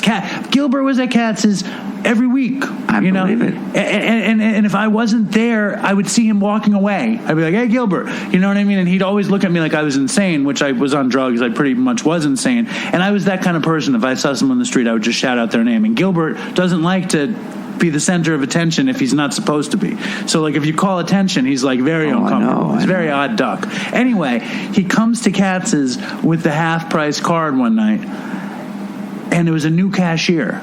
And Gilbert's leaving, and he gives this cockamamie card to the cashier. No one has a half-price Katz's card. It's made up for him. Right. And she doesn't know what it is. Right. And he lost his fucking mind, and he left, and he never came back. And now I have his manager's number, and I'm going to make it right with him. And I'm going to fix this relationship. I'll tell him I'm going to be on his podcast. Oh, his podcast is much better than mine. I'll tell him. That's exciting. Yeah, tell him. Tell him we love him. Tell him Katz's misses him and we love him, and we're sorry. It's a misunderstanding. You tell him. Now, so what I want to get to, unless I'm going to be interrupting something else, because that's what I seem to be doing constantly with you, and I apologize. No. But the thing that interests me, you're in these, because of deviance, I guess, because, obviously you're a writer, but you get involved with these very, very heavy addiction-based stories, Mike Tyson being one, and Anthony Kiedis being another. Right. I never read the Mike Tyson book. Out of your books, I read the Dylan book, I read both Stern books, and I read the Anthony Kiedis book probably 3 times in rehab, in one sitting. Wow. In that book, Scar Tissue went around that rehab like it was the Holy Grail. Wow. And it's still going around these rehabs, just so you know. Have you heard from addicts about this kind of thing? 100%. I mean, that was one of the most satisfying outcomes of doing this book, because when we were writing this book, again, that was I got my chance to pick whatever I wanted to do after the second Howard book. First thing I did was I saw this kid on TV. Oh, the magician book. And I said, this guy's doing magic in the streets, and he's wearing dungarees, and the reactions of people are phenomenal. Who is this guy? And it was David Blaine. And I called my agent. I said, I want to do a book with this guy. And they called Blaine, and Blaine wanted to do it, and we did a book, which David's book, which was part autobiograph, part magic history, part teaching you magic tricks. It was a fun book. That led directly to my Houdini book, because David had me work with his producer, Bill Kalush, who has one of the largest private libraries of magic. The guy's an amazing card magician. Mentalist. But mostly card tricks. He doesn't like to call it card effects. But illusions. He doesn't do it he's not a working magician. In fact, he has a produce business that funds all of his magic stuff. He's just there are guys like that who don't perform but are just legendary guys. He's one of the legendary guys, and he's also incredibly knowledgeable about magic history. And when we did a chapter on Houdini in the David Blaine book, and I read all the books on Houdini, and I said, there's something that's not kosher about this story. And why does Houdini leave the United States after years of struggling? Now he's finally making some good bookings.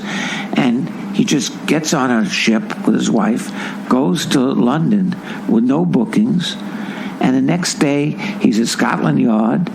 He escapes from handcuffs, and the head of Scotland Yard says, this guy's a genius. And then all of a sudden he becomes the biggest guy. There's something more to that story. And we had read a rival of him writing something that said that Houdini was a spy. And so we put two and two together. We said, I bet you he was spying.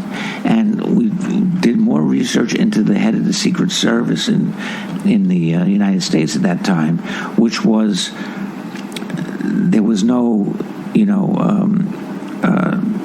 CIA or and there was no spying. They were the ones who were kind of doing that for at that time in the U.S. government. And it turns out this Wilkie, who was the head of the Secret Service, was an amateur magician, and he wrote articles talking about using magicians for espionage. Because they'd be the most perfect spies. Perfect spies.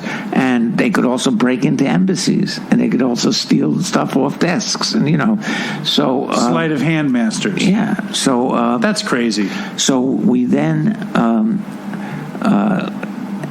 I called a friend of mine who was doing a book about the guy who was the head of Scotland Yard, who went on to become the first head of MI5, the spy agency in England. And I said, could you see if there's any correlation between Houdini's, we know that he was at Scotland Yard, but was there any correspondence with him, and this guy Melville? And the guy who was doing the book on Melville said, MI5 destroys everybody's stuff. They, this, but apparently a couple of his diaries were kept by the Melville family. So he went through the diaries and he found all these references.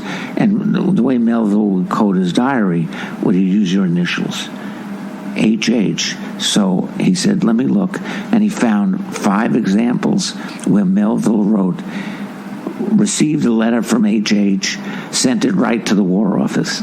And we correlate where Houdini was at that time. Bingo, he's in Germany. He's hanging out with the royalty in Germany. He's being taught everything about German. Amazing. So we have found that Houdini was actually spying for England and probably before that in the United States. And so that led, doing the Blaine book led to doing the Houdini book, which is in the process still of becoming a major motion picture. They're going to do a movie based on that book. But anyway, so I did the Blaine book. Then the next book was the Kiedis book. And that was, again, my agent said, who do you want to work with? And I came up with a wish list. And one of them was, I just thought the Red Hot Chili Peppers was such a cool group. And their story was, a bunch of ragamuffin L.A. guys who, into funk and into punk in L.A. at a certain time. And, then become this huge group. That was just right after Blood Sugar Sex Magic had come out. Yeah. And they were like one of the biggest bands in the world. Yeah. And Under the Bridge was this gigantic song, and Give It Away was just everywhere. Right. You couldn't escape it. And they were so unique. Nothing sounded like the Red Hot Chili Peppers. Right. This show is actually sponsored, Dopey is sponsored by, who Bob Forrest is? Of course. It's Bob Forrest sponsors our show. Really? Yeah. Forrest is a good friend of Anthony. Yeah, exactly. And that's how I met Forrest. Yeah. I interviewed him for the book. He came on Dopey, Bob Forrest. He's been on Dopey a ton of times. But the first time he came on Dopey, he said that when Scar Tissue had come out, he was doing a drug addiction with kids group. And I guess in Scar Tissue somewhere it says that Bob Forrest had sex with a hermaphrodite or transsexual or something. And the kids are like, Bob, what is this? And he's like, what the fuck? And he called Anthony. He's like, why didn't you tell me you were going to put this in the book? Which I thought was so funny. But that's like that's a quintessential recovery book. It's an addiction book. See, that we had no idea that would happen. So when we were writing the book, we said, "Oh, this is just going to be the hijinks of these, punks, knuckleheads, right? And their story of their rise to fame."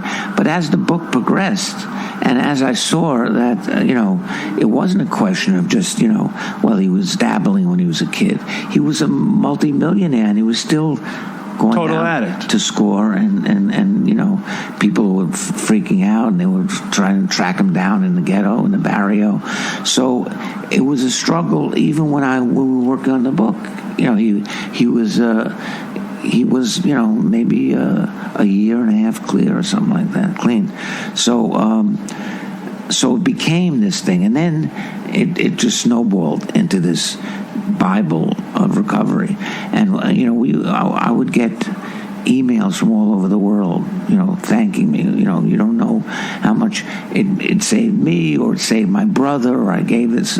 So it was just such a mitzvah. I mean, be it was for me. I mean, when you're sick. I mean, it was actually in the treatment that I met my partner on this show, who wound up dying, that I remember just sitting in that bathroom, reading Scar Tissue, feeling the things that Anthony Kiedis felt, and right. And Anthony Kiedis reminded me a little bit of my partner in that he had been around addiction for so long, and he had tried to get better so many times, right. that he knew the recovery as well as he knew the drugs, but he still couldn't fucking stop.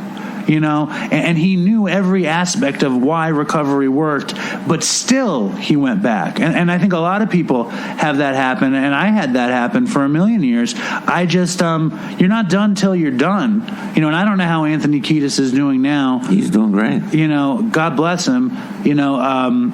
But that book, it really helped a lot of people, and it really, it told the story in a way that I read so many addiction memoirs. Like, I've read every addiction memoir there is, probably. Right. But that one was just incredibly special to me. It was fucking amazing. Yeah. Amazing. I mean, part of the thing that, to me, is so admirable about, recovery and what he does, what Anthony does, is that idea of service.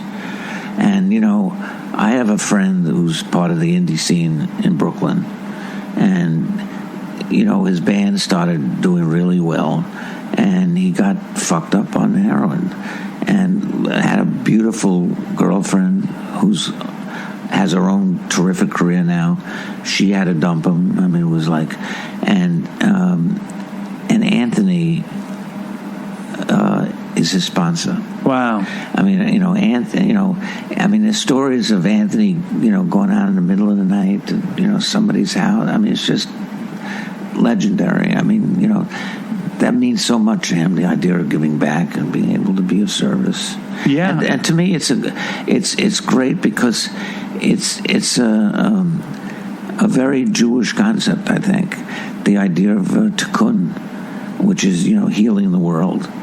And you heal the world by concrete actions. By doing right. By putting the right things into the world. Well, Dopey somehow, I mean, it started as the idea of Dopey was just to tell funny, stupid addiction stories, but it turned into this community of addicts in and out of recovery, many of whom are in recovery, but it became this thing that turns out it helps people. And people and when they ask me about it, and I just say it wasn't supposed to help people. Right. It was supposed to just be a good show.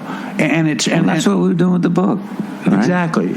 Yeah. And I think that it being such a good book is why it appealed to so many people. Right. I think it's amazing. And then somehow, you've written a million books. You've fucking been all over the place, popping up in all these. I mean, we're not talking about minor people. We're talking about the most major people Mike Tyson, Anthony Kiedis, Howard Stern, Abby Hoffman. And here's Larry Sloman just popping up everywhere like a mushroom. How did it happen?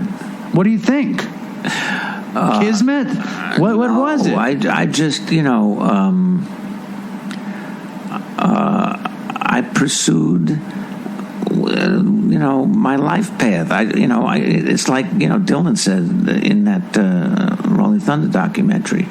you create your own reality, you create your own identity, and these were everything I've done has been a passion project, something that I'm interested in doing. I mean, I was interested at the time to do High Times because my idea was take the drugs out of it, which was a crazy. It's idea. A brilliant idea. Well, it's like taking nudity out of Playboy. Exactly. Basically, but see how good that is done. Yeah. I mean, it was not a commercial idea, but it would have been a cool countercultural magazine. But Lampoon. I couldn't think of a more fun job. I mean, for 5 years, I was the editor-in-chief of Lampoon. So, my life story has been to, chronicle all these people that I think are cool. I mean, I got close with Leonard Cohen. I did a piece on Leonard, and that's my, Dylan, Leonard Cohen. Leonard Cohen's your... Who do you like more, Dylan or Cohen? See, I mean, that's my wife always asks me that because she thinks Leonard Cohen is so much a better songwriter. See, I disagree. I don't even. I'm not. Leonard Cohen was never my thing. I like that one song with the raincoat, famous blue raincoat. Yeah, I like that song. Hallelujah. I don't like the production in Hallelujah. I'm crazy. What do you want? I don't Do you like John Cale's version of it? There's like 8,000 other versions you could pick. I don't Cale's version. I never heard Cale's version. So you should listen to that. I'll listen to it. I like the song, but I don't like that keyboard sound. It reminds me of Wall Street. It reminds me of like a Brian De Palma sound. Right. And then, I mean, you just put out this record, and I'm like... I'm a huge Dylan fan. I won't say I'm the biggest Dylan fan because Dylan lost me at some point. And of course, Bob Dylan, if you're listening to the show, if you want to come on the show, you just let me know and I'll find you again. But I saw Dylan so many times. It was so disappointing. I listened to you, Larry Ratso Sloman, sing. Right. You fucking sing great. You sing great. You sing so much better than Dylan has been singing lately. I mean, I know that's embarrassing, and nobody wants to hear that. Maybe you do. Well, why don't you put this in context? You're talking about my album, which I first put out, right? I mean, nobody knows I sing. Well, but I have an album out now. I'm putting Larry Ratso Sloman, Stubborn Heart, Nick Cave is on it, a series of amazing co-singers and musicians. Yasmin Hamdan, a great Arabic singer. But the production is sick. I listened to this record coming into this. That's Vin Cacchione from Caged Animals. Incredible. There's like amazing guitar players, amazing organ sounds. I listened to it. I'm a musician, and we're trying to record something. And I said to my friend, "Listen to this because I think it has the sound we would want. It's so warm, but your voice. You're a 70-year-old man. Excuse me. You sound like a fucking kid in his prime singing these songs. You sound great, and the writing is beautiful too. And I wouldn't just say that. I wouldn't talk about it. Appreciate that. I really, really, really enjoyed it. Look at my mentors. Dylan, Leonard Cohen. I mean, that's what I grew up on. But it sounds right. I know. I mean, and the response has been terrific. I mean, the people, I mean, I shouldn't say that, but people very close to Leonard are basically saying to me, wow, it's like Leonard, there he is. Leonard is continuing. Well, it has that sort of very, very smooth, sing-songy, spoken quality. Yeah, to me, that's the greatest compliment you could make. It's very beautiful. And look, I mean, the reason I did the album is because I wanted to get these songs out. I'd written songs,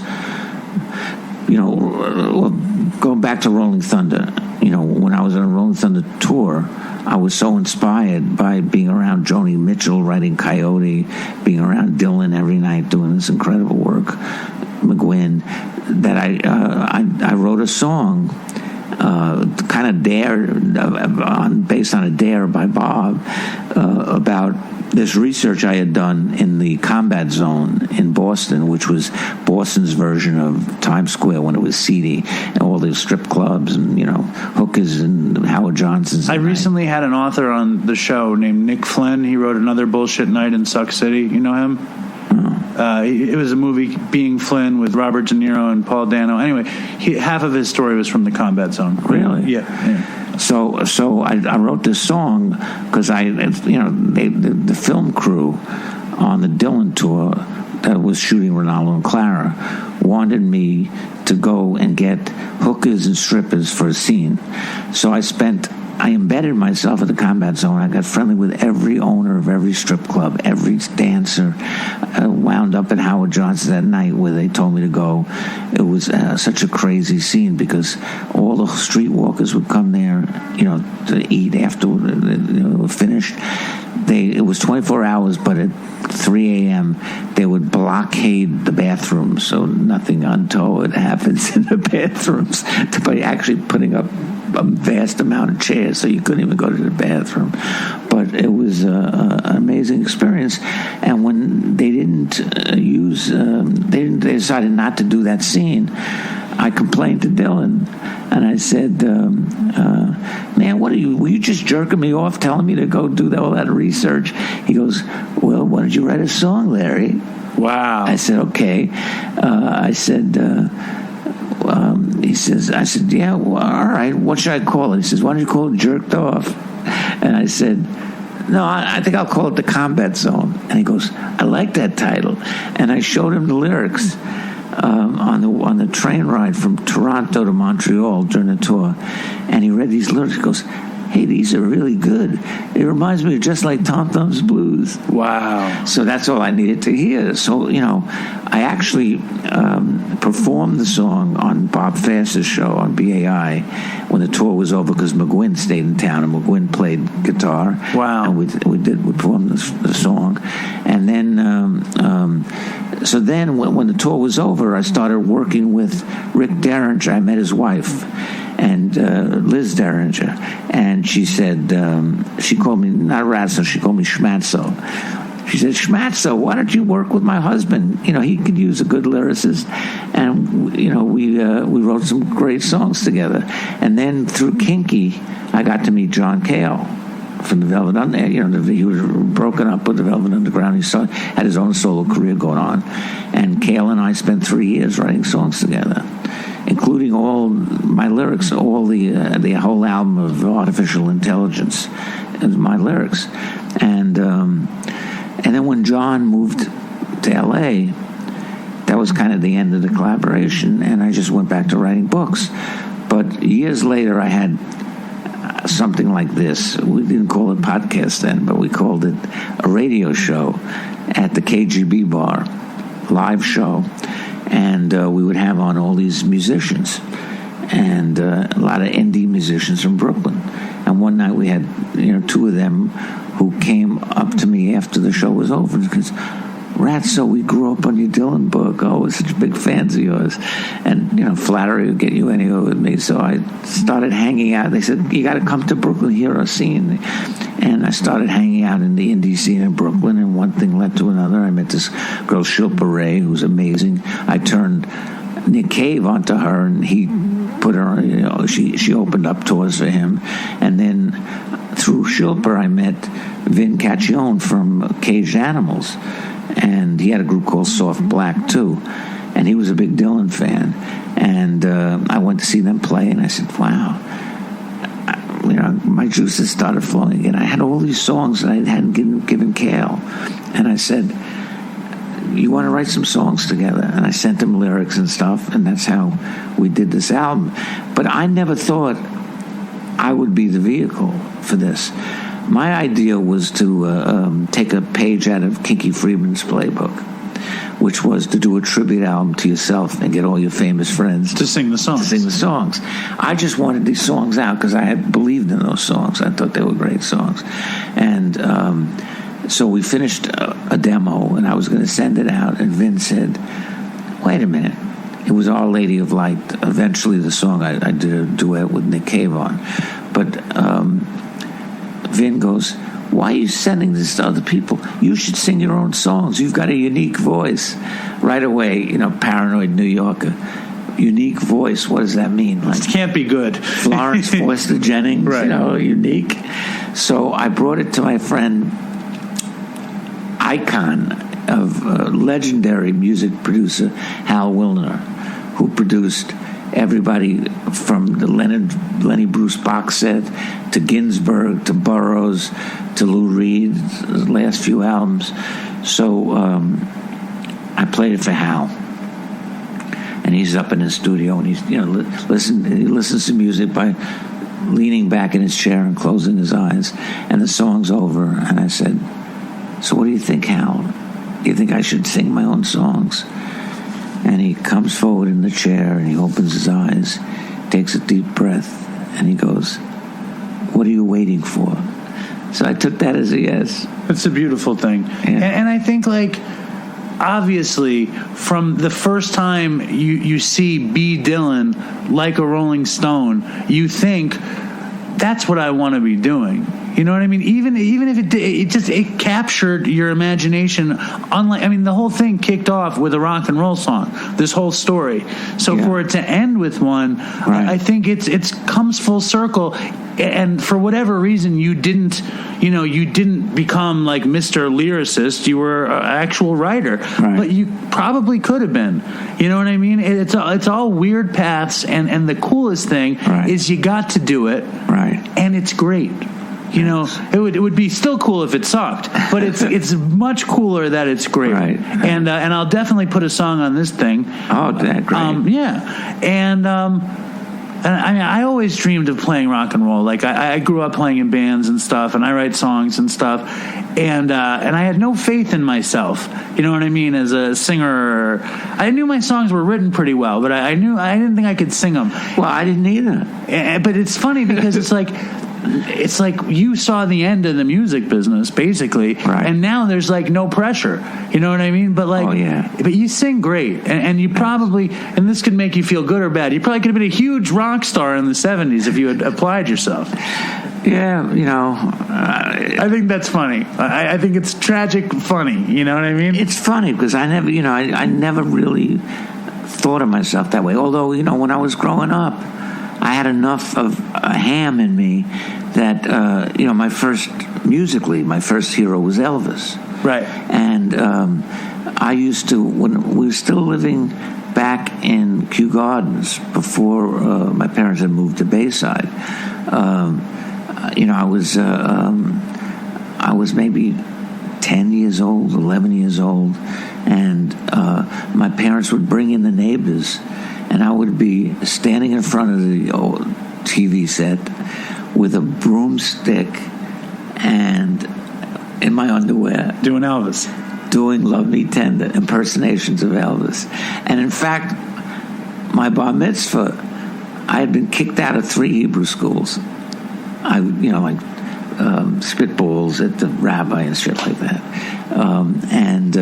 So they had to hire a rabbi to tutor me, and I had a record that I had to learn the record for my Haftorah. And it was time to do my thing, and I did my Haftorah kind of imitating it in my Elvis voice. That's awesome. Did you have a recording of it? No, I wish that I would did. be so cool. And I remember when we would, after I was finished and we were walking with the Torah through the congregation, the old men were weeping, and the rabbi actually asked me if I wanted to study to be a cantor. Wow. So I guess I had some innate ability, but I just never thought of it. It's amazing. Anyway, Larry, thank you so much for coming in. It was a lot of fun, man. I took a lot of your life up here, but it was very amazing for me. So thank you for coming on. Yeah, and I hope to see you soon, maybe in Katz's.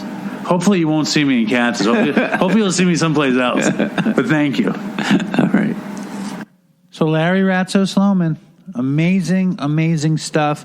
Thank you guys for throwing down your money for Patreon. It really, really, really helps me out. It really makes the show better, and it makes us more capable of doing more things. So just know that your money is going to good use.